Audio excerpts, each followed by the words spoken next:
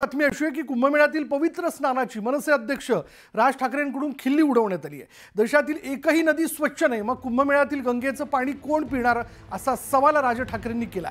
राज ठाकरेंच्या या वक्तव्यामुळे नवा वाद उद्भवण्याची शक्यता आहे।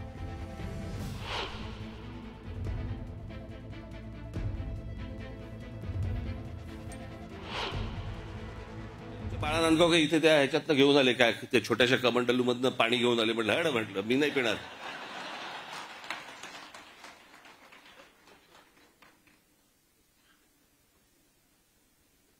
अहो मला सांगा, आता तो सोशल मीडिया आलाय, पूर्वीच्या काळात ठीक होतं।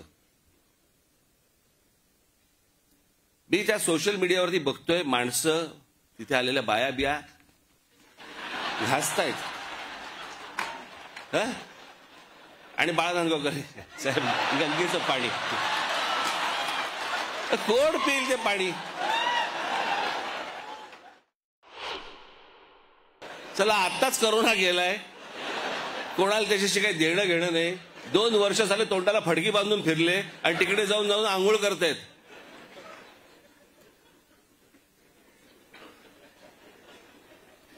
अहो मला माहितीये, मी कित्येक स्विमिंग पूल बघितले असे जे सुरुवातीला उद्घाटनाच्या वेळेला निळे होते, हळूहळू हिरवे हिरवे व्हायला लागले।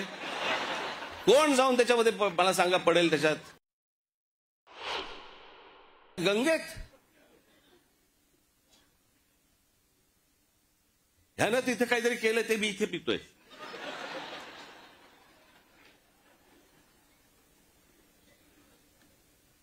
श्रद्धेला पण काय अर्थ आहे की नाही? एक नदी या देशामधली स्वच्छ नाहीये, एक नदी, आणि आम्ही काय नदीला माता। परदेशामध्ये आम्ही अनेकदा जातो त्यावेळेला बघतो तिकडच्या नद्या स्वच्छ नद्या, ते काय तिकडे माता बिता म्हणत नाहीत, तरी नद्या स्वच्छ। आमच्याकडे सगळं पोल्युशनचं पाणी आतमध्ये, कोणी आंघोळ करतायत, कोणी कपडे धुतायत, काय वाटेल ते चालू आहे। राजीव गांधी असल्यापासून ऐकतोय मी गंगा साफ होणार, पाणी स्वच्छ होतं। त्यामुळे जे गेलेच नसतील त्यांनी घरी बसून पाणी अस्वच्छ असं म्हणणं चुकीचं राहील। त्या 57 कोटी लोकांच्या श्रद्धेवर आपण प्रश्नचिन्ह उपस्थित करतोय असा त्याचा अर्थ निघेल। राहिला प्रश्न देशभरातल्या नद्या स्वच्छ झाल्या पाहिजेत का? मोदी सरकार तोच प्रयत्न करते ना। गंगा नदीमध्ये आतापर्यंत लाखो वेगवेगळ्या ठिकाणी आउटलेट्स होते सांडपाण्याचे, गटाराचे, फॅक्टरीचे। आता आपण बऱ्यापैकी ते कमी करत आणले, अजूनही आपल्याला काम करावं लागेल। नद्या स्वच्छ झाल्या पाहिजेत हा एक भाग, पण संगमाचं पवित्र स्नान हा पूर्णपणे श्रद्धेचा भाग आहे। तर त्याच्यामुळे याच्यावर आरोप प्रत्यारोप करण्यापूर्वी त्या सनातन हिंदू धर्माची त्यावर श्रद्धा आहे, त्या श्रद्धेचा सन्मान सगळ्यांनीच केला पाहिजे।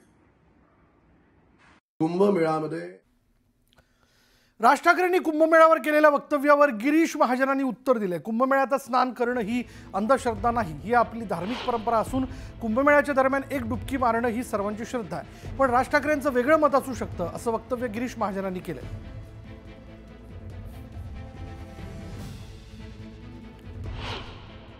कुंभमेळ्याचं शाही स्नान असतं त्या दिवशी एक सत्य आहे की लाखो लोक येऊन एका दिवशी, एक श्रद्धा असते आपली, आणि त्या दिवशी सगळे लाखो लोक नुसतं तिथे स्नान व्हावं, एक डुबकी मारावी, त्यासाठी त्यांचा प्रयत्न असतो।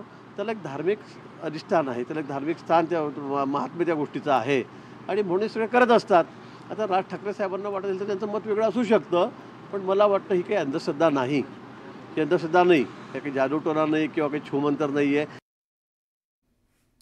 महाराष्ट्र नवनिर्माण सेनेला 19 वर्ष पूर्ण झाली आहेत। या निमित्तानं मनसे अध्यक्ष राज ठाकरे यांनी पिंपरी चिंचवडमध्ये मनसे कार्यकर्त्यांचा मेळावा आयोजित केला होता। या मेळाव्यात राज ठाकरेंनी राजकारण्यांवर तोफ डागली। राजकारण्यांनी महाराष्ट्राचा चिखल केला असून वाद लावण्याचे प्रयत्न सुरू असल्याचा आरोप त्यांनी केला। 20 दिवसांवर गुढीपाडव्याचा मेळावा आहे, तिकडे मी दांडपट्टा फिरवणार असेल तर आता चाकू सुरे कशाला काढू असा सूचक इशारा राज ठाकरेंनी दिला। सगळ्या परिस्थितीवरती जी महाराष्ट्राचा जो चिखल झालेला आहे आणि तो निव्वळ फक्त राजकारणासाठी आणि राजकीय फक्त मतं मिळण्यासाठी म्हणून तुमची आपापसात डोकी फोडून घेतायत, आग लावतायत आणि हे आमच्या लोकांना समजत नाहीये. 20 दिवसावरती आपला गुढीपाडव्याचा मेळावा आहे.